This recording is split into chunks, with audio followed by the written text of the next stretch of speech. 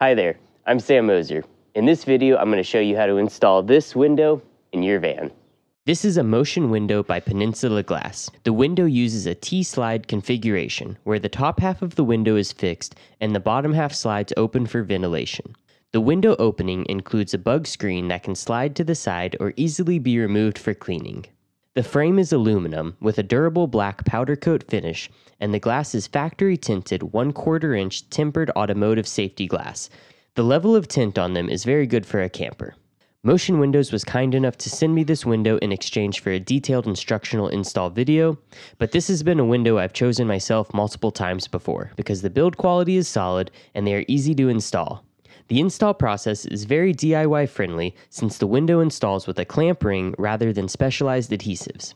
Let's go through the unboxing, what tools and supplies you need for the install, and how to install the window. The window comes securely packed in a sturdy cardboard box that's marked as carrying glass.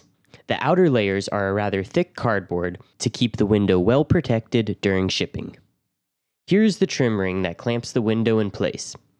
It is 2 pieces, but they may come taped together. Besides this, the window comes with a foam sealing tape and black stainless steel screws. For the install, you will need the following tools and supplies.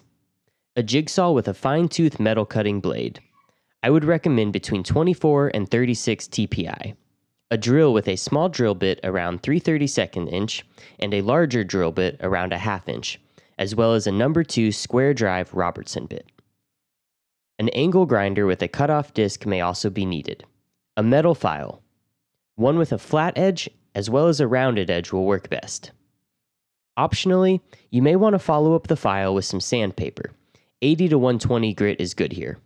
You'll also need a tape measure, a utility knife, painter's tape, some metal primer or automotive touch-up paint, window cleaner, lacquer thinner or acetone, some rags, a drop cloth or blanket, and lastly, some PPE. Let's go over the install process. The first step is to get a piece of cardboard to make a cutting template. To do this, lay both pieces of the trim ring on top of your cardboard with the wide flanged edge sticking up and trace around the shoulder of the trim ring. Then use a utility knife to cut along the traced line. Go slow and try to be as accurate as you can, especially on the curves. Once the template is cut out, take it inside the van and align it. This window is going on the slider door panel.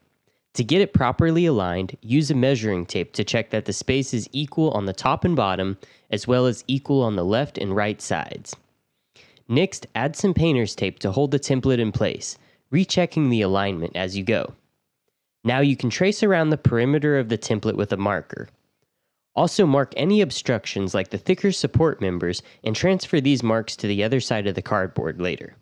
To transfer the template location to the outside, drill a small hole at the start and end of each corner curve.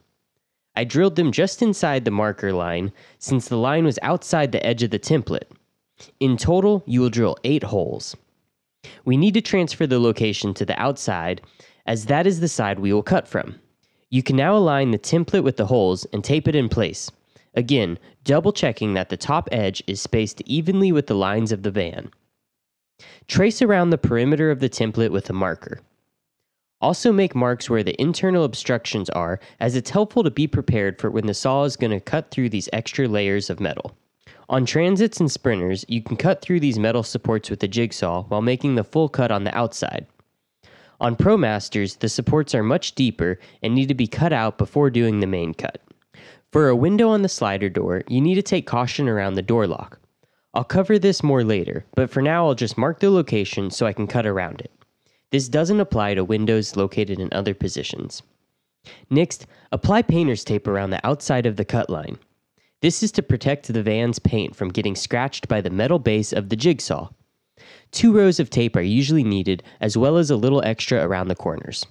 To protect the inside from metal shavings, I'll hang a canvas drop cloth around the cut area. Metal shavings can lead to staining and corrosion if not cleaned up, so we want to try and catch what we can now and then vacuum up the rest. Now we're ready to start cutting, but first we need to make a hole for getting the jigsaw blades started.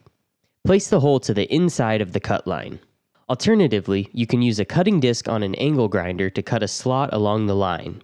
Add 2 holes so you can leave the bottom section connected, and we'll cut this out last. Now, using the jigsaw with a fine-toothed metal cutting blade, you can cut out the opening. I tried to cut just inside of my marker line, as you can always cut or grind away more later if needed. Metal shavings tend to fly pretty far, so I prefer a full-face visor rather than standard safety glasses. Go slow and let the jigsaw do the work without forcing it forward faster than the fine-tooth blade can remove metal. First, cut up and around each side and on the top, but leave a few inches still connected before fully cutting the top stretch. Once only a few inches are left to be cut on the top edge, add a piece of tape to hold the metal in place, and then finish the cut along the top. The very last stretch I'll cut is along the bottom middle. Once the cutout is free, the tape at the top will prevent it from falling. I used a cutting disc on an angle grinder to finish the cut near the door lock. When I test fit the window, it turned out that the lock needed to be shortened by at least an inch to not interfere with the window. I'd recommend using a hacksaw for this area, as there's a metal bar inside the plastic tube. I finished it off by cleaning up the edge with sandpaper and then using thick superglue to resecure the plastic covering. Now back to the regular install.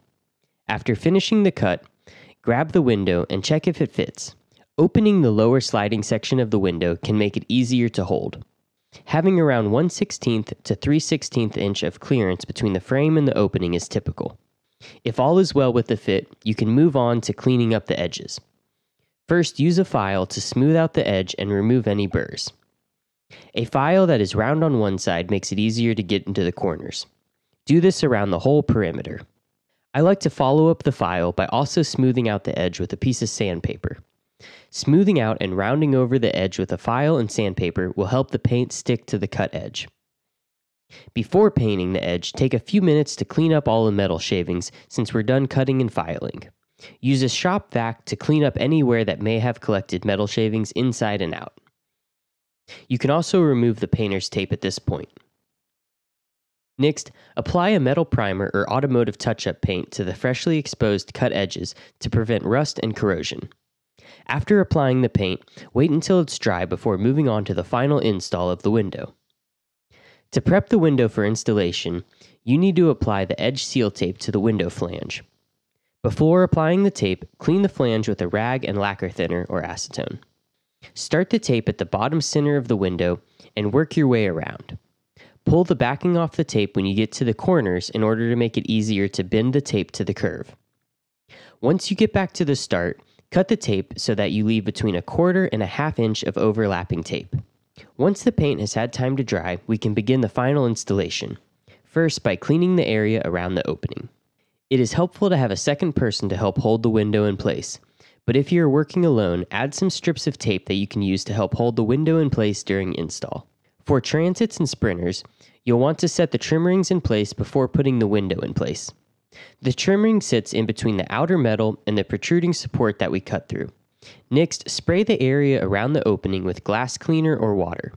This prevents the sealing tape from sticking initially, which allows you to reposition the window as needed while installing. Now grab the window and insert it into the opening. Use a tape measure to check the alignment. If working alone, use the strips of tape to secure the window temporarily, but it's preferable to have a second person to hold it in place. From the inside of the van, use the provided screws to secure the trim ring in place. There is a channel at the outside edge of the window for the screws. First, add a screw at each side of the top edge and check that the spacing above the window is equal. Check from both inside and outside. This is the time to get the alignment finalized, as once you tighten down the screws, you won't be able to adjust it anymore. Now you can add the rest of the provided screws. I like to add the screws where the 2 trim ring sections meet next in order to ensure these get aligned without any gap or overlap between them. Then work your way around, adding in the rest of the screws. I like to do one pass getting them all set lightly, and then work all the way around, tightening them further. That's it for the install. The last thing you should do is wash the van to remove any metal shavings so they don't stain or corrode the van. Here's what the window looks like once it's installed. Thanks for watching.